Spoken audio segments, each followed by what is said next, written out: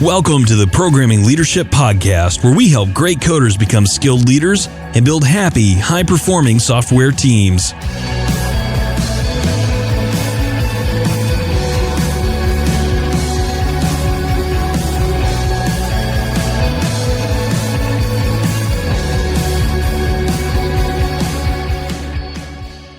All right, welcome to the Programming Leadership Podcast. I'm Marcus, and today I am so excited to have Amy Phillips and Aaron Randall with me today, and we are going to talk about the lessons we learned the hard way when we went from becoming a programmer to a manager. Welcome to the show.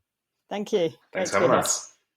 So tell us a little bit about yourself. Let's start with you, Amy. What did you do before you were a manager? Well, I started out many years ago as a tester. I spent many years testing a number of different companies, progressed eventually to leading test teams and managing testers, and then moving more into agile sort of roles and team coaching. That sort of led me into a wider management role. So these days I'm an engineering manager, managing developers, helping teams deliver, meet their goals.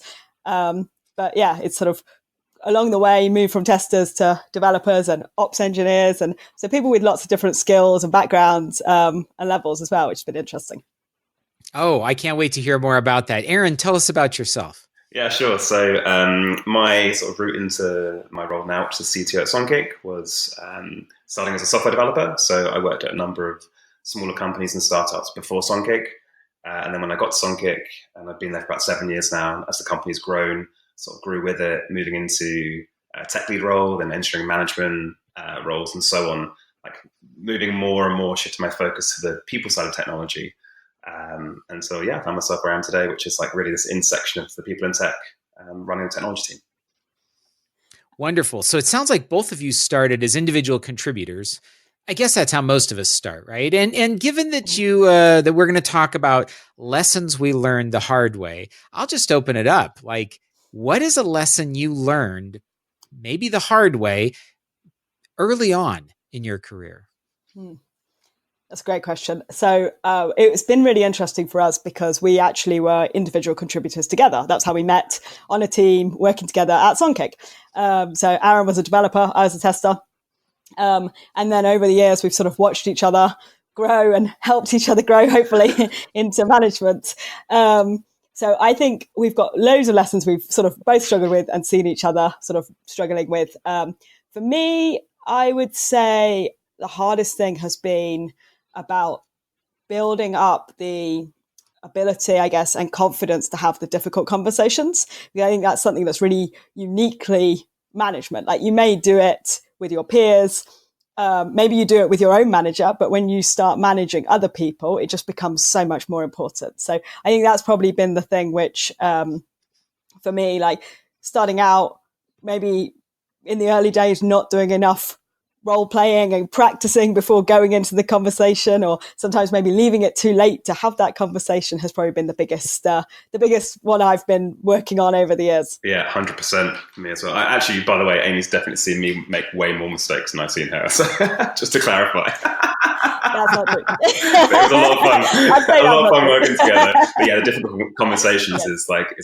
the one that like really jumps out to me. Like my tendency very early on in my sort of tech leading career, I guess, was to avoid them entirely, because it was so much easier to avoid them, not have a difficult conversation, and hope that people sort of still like you and they don't want to hear the feedback, the constructive feedback you need to give them.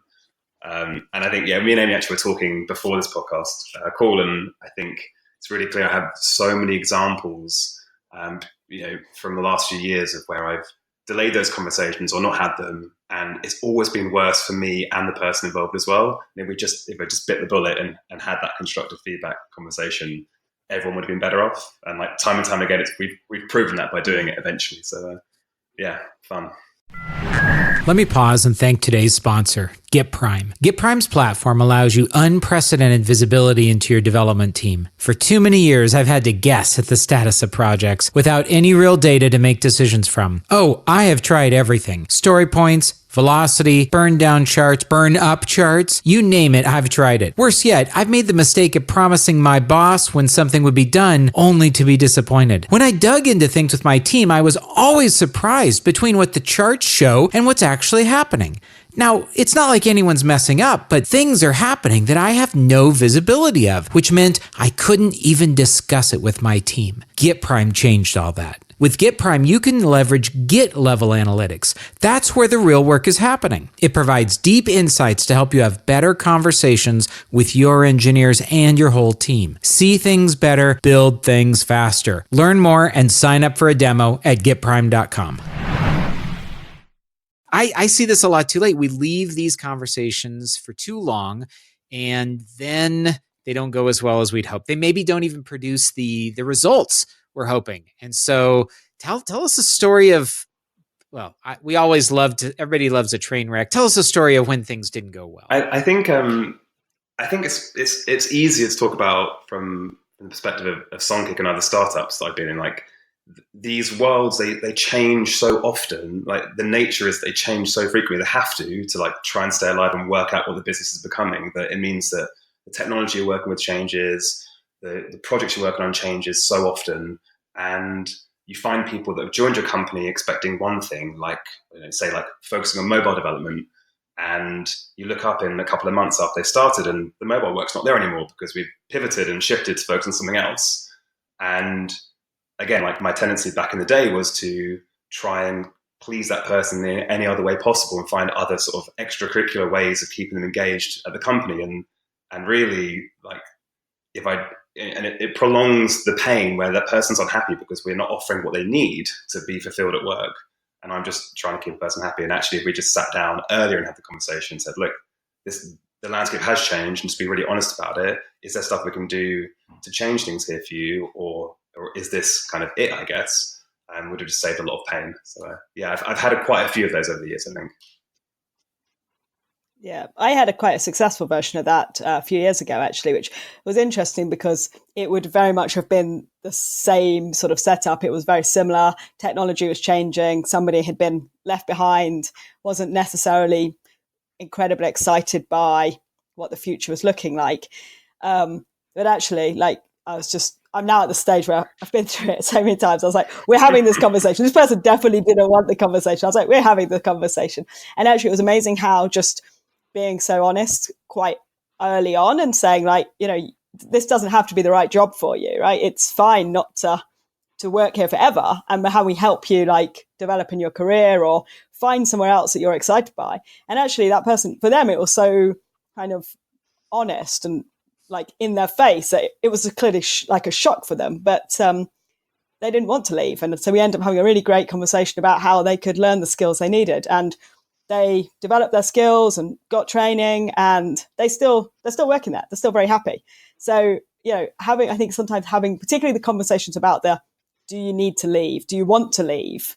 Can feel like you shouldn't have those conversations because you want to keep your team together. You don't want anyone to leave. That's a major problem. But sometimes you have to just be really upfront, I think, and ask people, are you leaving? Do you need to leave? And see where it leads you. Do you think the first time you have those kind of conversations is generally the hardest? Like, do they get easier? I really feel like I want to say yes to give everyone reassurance. I think you get better at them, but I think they're always hard because I think what you can't control is how the other person's going to react. And so that's what makes it hard. You can do all your preparation. Definitely they get easier in terms of knowing what to say and how to say it and how to make the conversation useful. But they don't necessarily, always get easier because you just can't, sometimes people have very emotional reactions. And I guess that's the other problem. It's what makes these conversations so difficult is they're emotional and people get upset or angry or, lots of different things. And so being able to handle that can still be hard. Yeah, I agree. I was just going to say firing a robot's pretty easy. There's a whole. I was going to say, I think the bit that does get easier, and I completely agree with Amy, it's like it's always emotional and it's often difficult. But I think the bit that gets easier is that you are getting to the answer, the solution, thing that's best for that person quicker. Which, like, I definitely over the years learned is like is a good upside, I think, to just going for it and having that conversation. So I think the other thing, which often if people are in kind of like stuck position and you're sort of as a manager struggling and feeling like, oh, I need to help them be unstuck, it's fairly rare that the other person, the person it's affecting, hasn't also felt that way. So I think sometimes, although it feels like, oh, I have to have this broach this horrible, difficult subject, sometimes it can be a relief for everybody because like, oh, finally, we're talking about this thing that's been sitting there for so many weeks. The elephant in the room, I guess we sometimes use Yes. that phrase. I also really like the idea you brought up. It's of just treating people like adults. I don't need to be desperate in any sort of really needy way that we can't even talk about you leaving because that would end my world. That's not true. I'm going to go on. You're going to go on. We're all grown-ups. And the reality is that I get the sense that you come at it from I don't want to trick you into staying. I want you to be here, but this is the current situation. And Amy, you're right. It was a really nice way of ending it that they said, oh, I think I'd like to stay and do this other thing. That choice driven from their own insides to motivate them feels very different than having a manager who says, just wait, we'll get more work that you love. Just hang on. I know it's no fun right now, but I promise it'll be different in the future. Yeah, that's right. I think I always sort of approach these things with a sort of I'm here to help people with their careers. And that means sometimes, they're not the right person for the company, or the company's not the right company for the person, or something needs to change. But that doesn't mean that as their manager, they can't talk to me. I would actually much rather they came to me and said, I hate my job. I hate everything to do with my job. Help. That would be ideal because then you could have that conversation. But I think often it feels like you can't tell your manager that.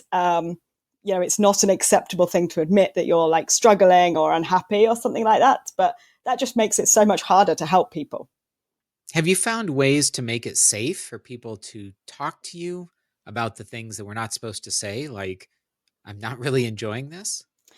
Well, I think for me, I've always, I sort of do it in my, quite early on in managing people, try and just be quite upfront with them. And actually, I'm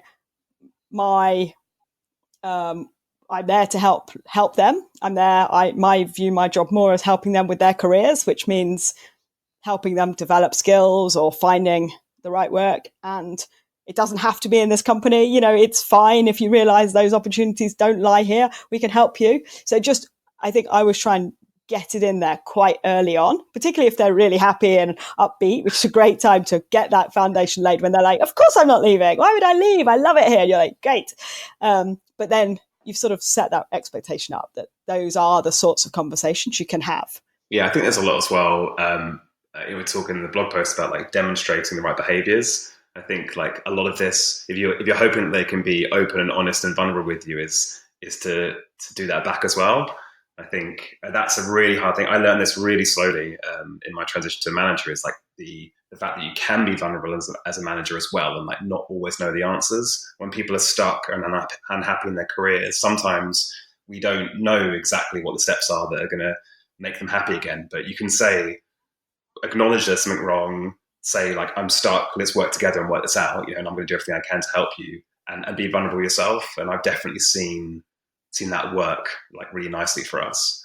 And I think it's particularly difficult when you start off as a manager because you want to know all the answers. You want to look really confident and prove your worth as a new manager. Be like, oh, I deserve this, I can do this. And it's like when you step up into a tech lead for the first time, you feel like you should know all the tech answers and be the best developer in the team. And you're like, that just isn't the case, and it's okay to be human. So being vulnerable is a pretty handy tool that I now, as a more seasoned manager, lean on often. Probably too much. Okay, well, I had a question, but now I want to come back to what you just said. How can one be too vulnerable, Aaron? Because I definitely agree with everything you said, but what's it mean to be? I don't know. I think mostly I'm playing. I think there is a balance to strike. Like even now, if I say I don't know the answer all the time to my engineering management group, then I think at some point they're going to begin to question whether I'm the right person for the job. I think being vulnerable plenty is fine, but yeah. I've definitely had that fear. And I've had that same thing where at first I never wanted to admit I didn't know. In fact, I used to have a little sign in my office that said answers in 10 seconds or they're free.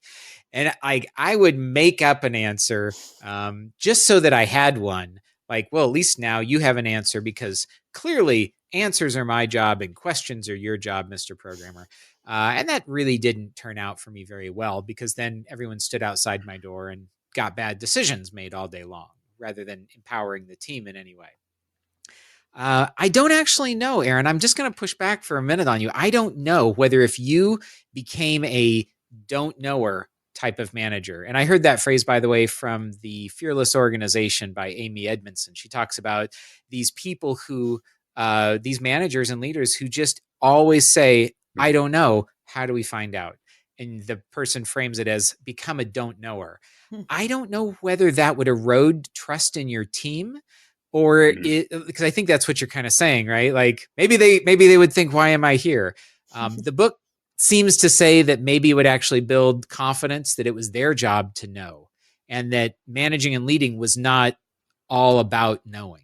Yeah, for sure. And I think that, I mean, we're veering very much into the whole like coaching aspect of leading. And I think that's probably more of, I hope, what I try and do these days, which is, that it's not actually that I don't know the answer necessarily. It's just that I've got a group of, particularly the engineering management group that I work with, they're actually much smarter and more capable and talented than me. And I know I can coach the best answer out of them. So yeah, my version of don't know is probably just lots of questions and coaching to help them build their confidence and help lead this team. And I think it's down to tone as well as the questions, right? Because I think the don't know manager is sort of panicking. I don't know. That's not going to give you any confidence at all. Whereas I don't know, but let's work it out together. Or I don't know, why don't you go away and you're qualified to do this, is probably the confidence building, empowering thing, rather than the let's all panic, we have no idea where we're going type of manager. Yeah, I think you're right. In fact, another form of I don't know came to mind, and that's the I don't know and I don't care. Yes. And that is not probably the right way to approach it. But saying I don't know, you're qualified, I don't know, let's find out. But saying I don't know, I don't care, that's probably not the right approach. Yeah, that's right. Okay, so we've talked about hard conversations, leaving him too long, maybe even a little bit practicing. I think Amy said like a little practice kind of helps. What's another lesson that y'all had to learn the hard way as you went through this transition to be the amazing leaders you are today? Well, I think for me, it's around the demonstrating, rewarding right behaviors. So I think we sort of touched on this a little bit, but it's really difficult, like especially the first time I moved into management, I had been working on the team and I got promoted to manage the team.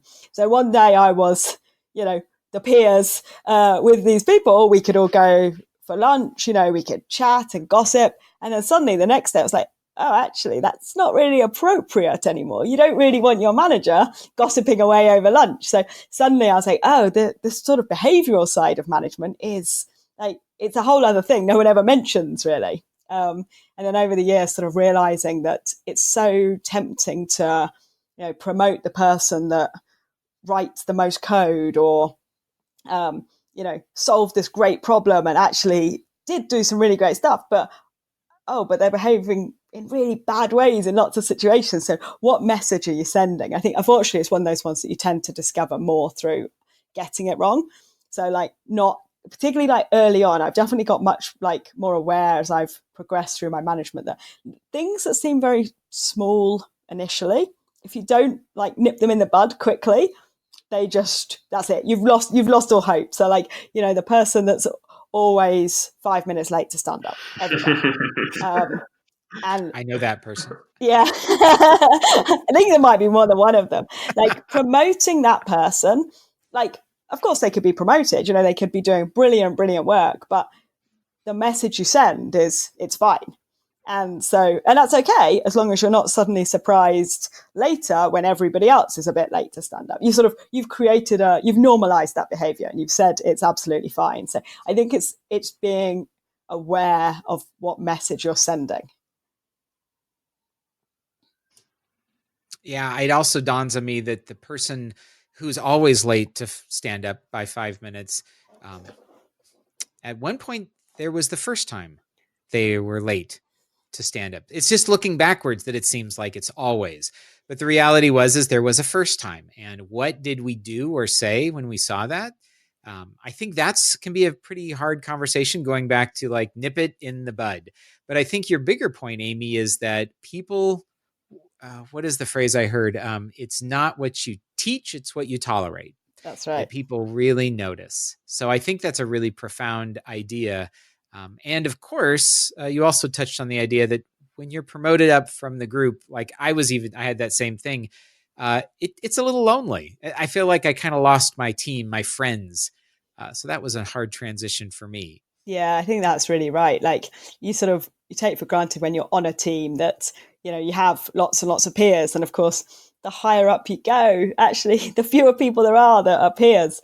The busier everybody is and the more sort of distant you are from them day to day. So yeah, that is actually the other really real sort of big one. And actually, interesting, that's how Aaron and I have ended up writing this blog post and working on this stuff together, is because we no longer work together, and that's a real shame. So we've created a whole side project just so that we have great excuses for going out and working together on things. Maybe this speaks to a larger theme, and I think Laura Hogan has an idea of like we should be creating peers of managers who to support us. I think she calls it your Voltron or something. Yes, I don't know if you've heard that term. Yes. Would you guys say that you're kind of, okay, I'm going to butcher this, but like you're one another's Voltron somehow, or you're in each other's groups in that way? Yeah, absolutely. Yeah, definitely. Yeah. So actually one of the things that, so obviously Amy and I have worked together for a long time and then remained friends and see each other like every week. But one of the things we did was start a tech leadership breakfast, which is basically just a small group of 7 of us. It's like CTOs and engineering managers from across London that we meet about like once a month-ish to have breakfast and basically have like a lean coffee and catch up. And I think Amy's talking about that loneliness that increases as you sort of progress in your career. And I think forcing yourself to find those peers outside of your company and that you can share ideas with and bounce ideas off of is like, well, it's been so important for me. I know like I'd be pulling my hair out if I didn't have that group and Amy to talk to. Yeah, definitely. Like I think like there are things that as you get more senior, you maybe don't want to be sharing every day at work. Like I'm still stuck on this thing and everyone's like, really? Still? Whereas we got like friends and other people with different perspectives. It's so valuable to have people like that you can talk to and ask for help and even just ask for support, because it's a tough job and it can be lonely. So, just being able to let's get coffee and just, chat and chill out is really, really valuable. Yeah, and someone's always solved the problem as well. Like you're never really approaching a brand new problem. Like in some form, someone else has experience, they've gone through this and they've learned the hard way for you. So the breakfast is pretty handy for that as well. Well, I want to turn the topics and be selfish and ask you about one of the things I really struggled with when I went from being a programmer to a manager, and that was balancing 2 very different kinds of work. It seemed to me that engineering and leading were totally different. And not only did I struggle with doing either of them well at first, but knowing how the balance should be probably was just me, I'll admit. Was that a struggle for either of you? Yeah, I mean, definitely. And it definitely isn't just you. Like, I think if you've been to or seen any of the talks from the lead developer conferences or meetups, things, it's a very common topic is, wow, how do you, particularly I think if you're in one of the roles where you're doing sort of some meeting based work and some producing based work, and trying to balance those two is very hard. It's incredibly hard. Yeah, and we talk about it actually in our blog post about this like adder versus multiplier style shift. It's really jarring when you go, particularly as I did as a developer, and like your sort of, I guess you get a sense of purpose and worth from the lines of code that you ship and the bugs and the features and so on that bugs you fix and the features you ship.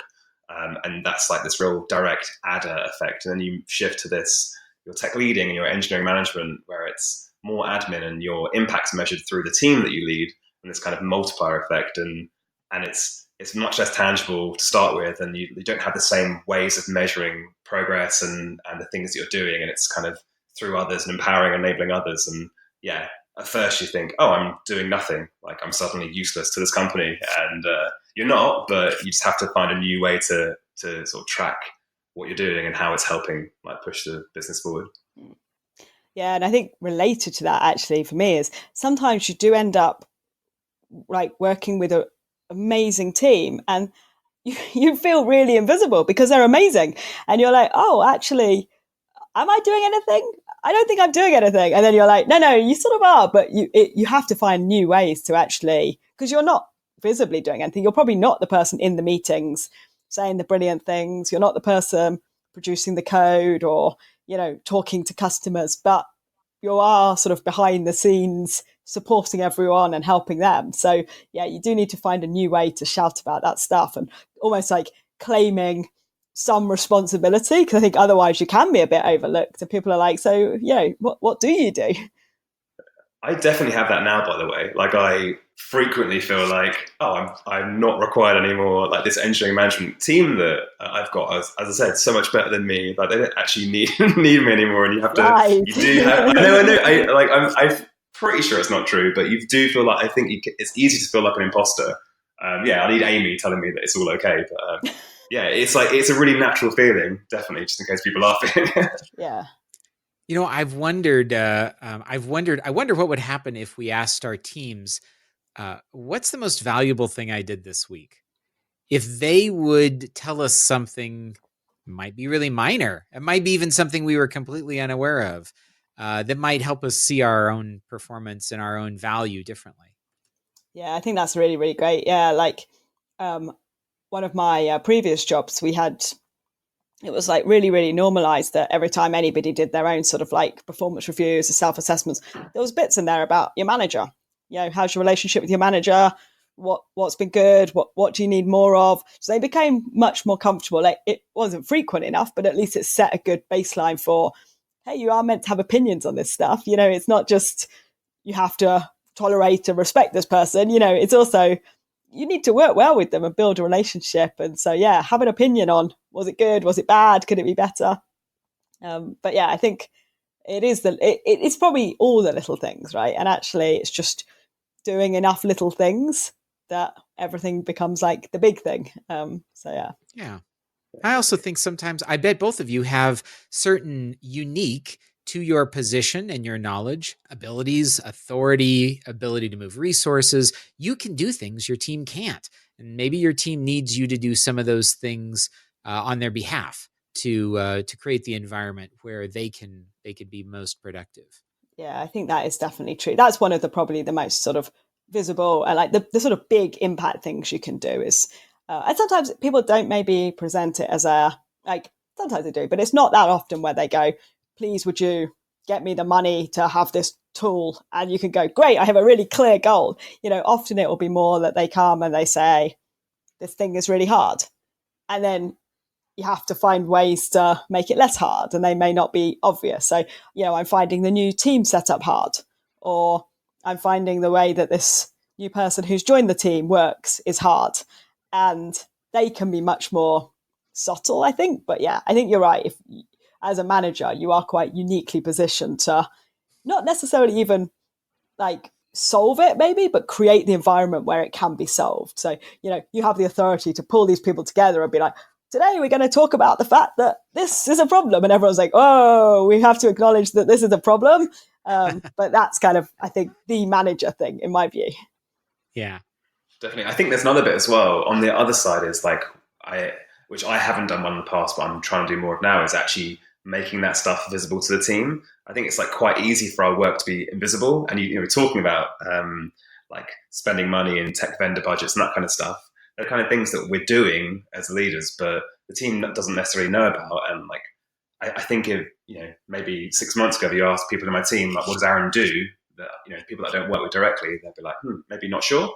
So like, I think I've learned relatively recently that I need to force myself to do the dev talks, the internal dev talks with the team, and show them the things I'm working on, even if it is stuff like how the budget works and how tech vendor budgeting works, and that kind of stuff, which I've done. And actually the team's really interested in because they get additional context. But like, you have to force yourself to show stuff that you think maybe it's not relevant or interesting, and like show them that you're a person doing actual work, and make it a bit more visible to the group.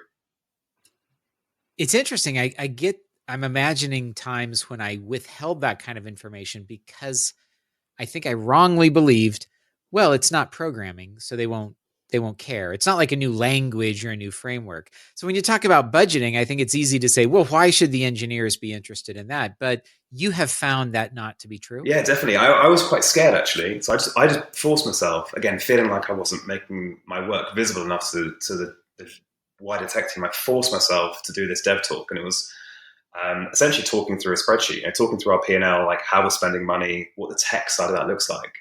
And I thought, this is going to be a car crash. No one's actually going to enjoy it, but at least I would have done it. Just do it, Aaron. Give it a bash. And actually, I remember like I got loads of amazing questions at the end of the talk, and a bunch of people came up to me separately and were like, "Oh, that's really interesting. Like, really great to get that to see what's going on." So I think don't underestimate how much people care about the other stuff that keeps the business moving as well. Yeah, and I suppose that's also sort of related to the fact that there will hopefully always be some people who maybe want to move to management, or might if they knew a little bit more about it. So actually being able to share, like, obviously some days it's like I'm having one-to-one meetings with people all day. There's not much more you can say, but sometimes it isn't that. Sometimes it's like, wow, we've got some strategy things or budgeting or recruitment or something bigger that's maybe still invisible to them, but it helps them if they know what's involved with this job. Then maybe they're more interested. So it's a good thing. Yeah, I like that. I want to go back to something Aaron said, one of these mathematical metaphors, the adder and the multiplier. Because I'll be honest, I think in my early days of being a manager, I may have been a divider. Maybe I made things worse. Have you ever seen this happen? Or again, and maybe this is just the unique experience. If you've worked for me and you imagine this has happened, feel free to drop me a line and tell me about it. But yeah, I'm just curious. Do you see that some things managers can do can actually decrease productivity? Can, instead of adding or multiplying, can actually divide? Yeah, definitely. Like, absolutely. Everything can, right? And I think divide can come in many forms. So I think I've seen it a lot over the years of managing different types of teams, that you need to be very careful with people who have different like levels of experience or different like skill sets, that you don't like. It can be, you can sort of assume you're doing everybody a favor by going, oh, don't worry, you don't all need to be in this meeting. We'll only take these people. And actually, you've sort of assumed that they don't want to be involved. And actually, sometimes you've just excluded them. Even if all your intentions are fantastic, you still just excluded somebody from a meeting. So yeah, I've definitely become much more aware of like inclusive language, for example. Like even things like guys is my always my bugbear. Like I know that in a lot of contexts it means like, it's a very kind of American style, hey, everyone. But it's also not to a lot of people. So there are sort of the language, but also, making it so that almost everything is optional, right? It doesn't matter. Oh, you're the person that just joined the team a week ago. Of course you can come to this strategy meeting and have an opinion, right? You're not excluding people based on what you assume that they would want you to sort of not bother them by. Yeah, definitely. I think like the other thing, the clear example to me is kind of going back to the difficult conversations and avoiding them. I think like where I've been the biggest sort of divider or subtractor for the team is where like I've essentially not done my job, like not had those difficult conversations with people in the team that are actually, they're becoming toxic and they're like ruining it for everyone else. And that's like slowing the whole product team down. And you have a person that's like, doing more damage than good. And it's because I'm not doing what I should be doing and actually like, going for that difficult conversation. So I've definitely seen that again quite a few times, unfortunately. Yeah, as have I. Okay, we've got time for one more lesson learned the hard way. What would you like to talk about? How about the prioritization? Because I think this is the one which, as you move, particularly as you're moving from like the individual contributor like into management, it's such a mindset change. And it can, like, people unfortunately don't tell you about it when you do the step, which makes it so much harder. But basically the stuff you were being rewarded for that probably led to your promotion isn't going to be the stuff you'll be rewarded for in the future. And that can be so hard to get your head around. And actually, I've seen it quite a lot of people at lower levels in their career. So like making a switch from being like a mid-level developer to a senior is a similar thing, where actually suddenly you're not always just being measured on how much code you're releasing. You're expected to do all these other stuff. So I think that's probably the one where it can be just so easy. So maybe you don't realize, or maybe you just stay in the kind of comfort zone of doing the little things you always did and just ignoring all this other new, hazy, unclear stuff that's suddenly sort of in your world that you may be not so confident about. Yeah, I think the other part as well is like that whole like letting go of the stuff that you used to do and used to be judged on, got your sense of purpose and value from, is the letting go of it, but actually enabling your teams to do it. So like delegating, basically, and actually being able to do that properly. And one thing, again, I think it was most clear in my transition to tech lead was like I would delegate like basically a checklist of work to do. It wasn't delegating the actual problem that I wanted someone to solve. And like, because I was like, oh, well, I know how to do this best, so you should just do it the way I would have done it, but I don't have time to actually write the code anymore. So here's the high level steps. And that stuff is like, it's really difficult to like unlearn like the details and be like, okay, I trust this team to take the problem and actually solve it. And because I have to do other stuff that won't happen otherwise. Yeah, I think the feedback loops are so different. I'm imagining when I was a developer, like it was hitting a button and seeing that it compiled. That was the feedback. Like, oh, look, it compiled and hello world came on and it was, half a second delay or something. And then as I developed more, maybe the compilation loop got a little longer.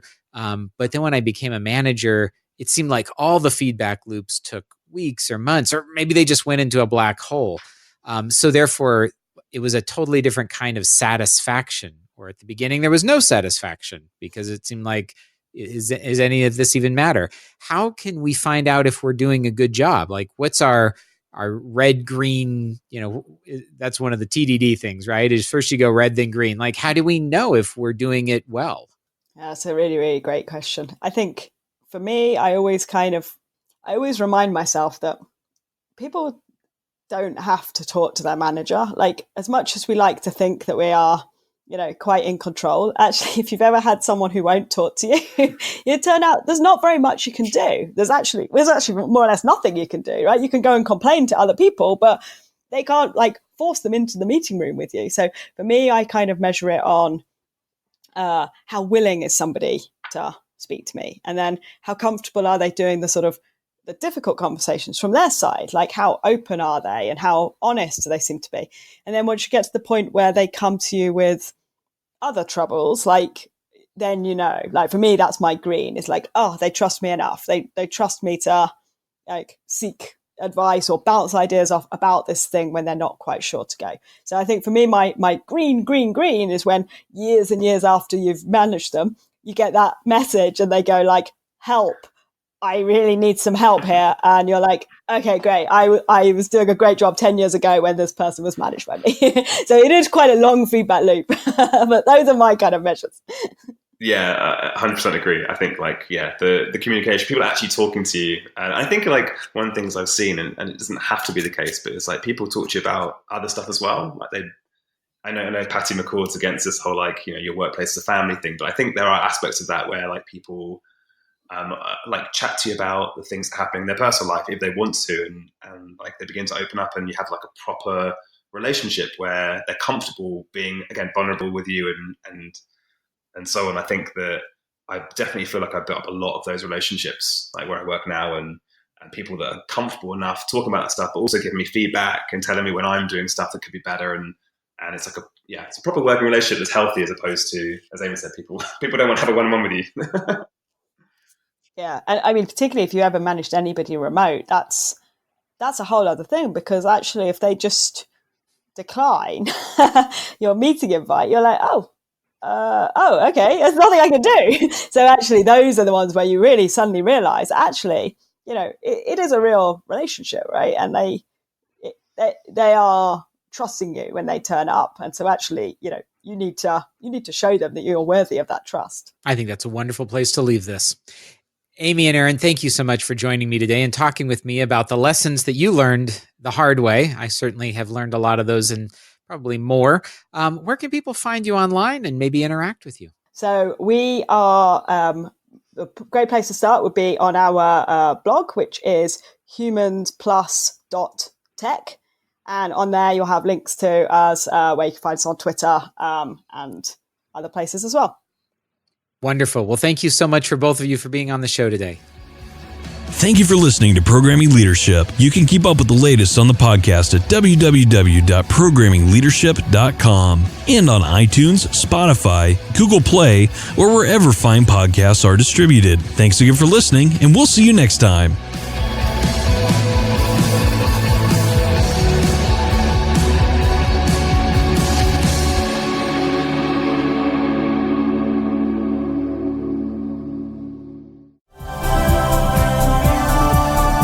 This has been a Humble Pod production. Stay humble.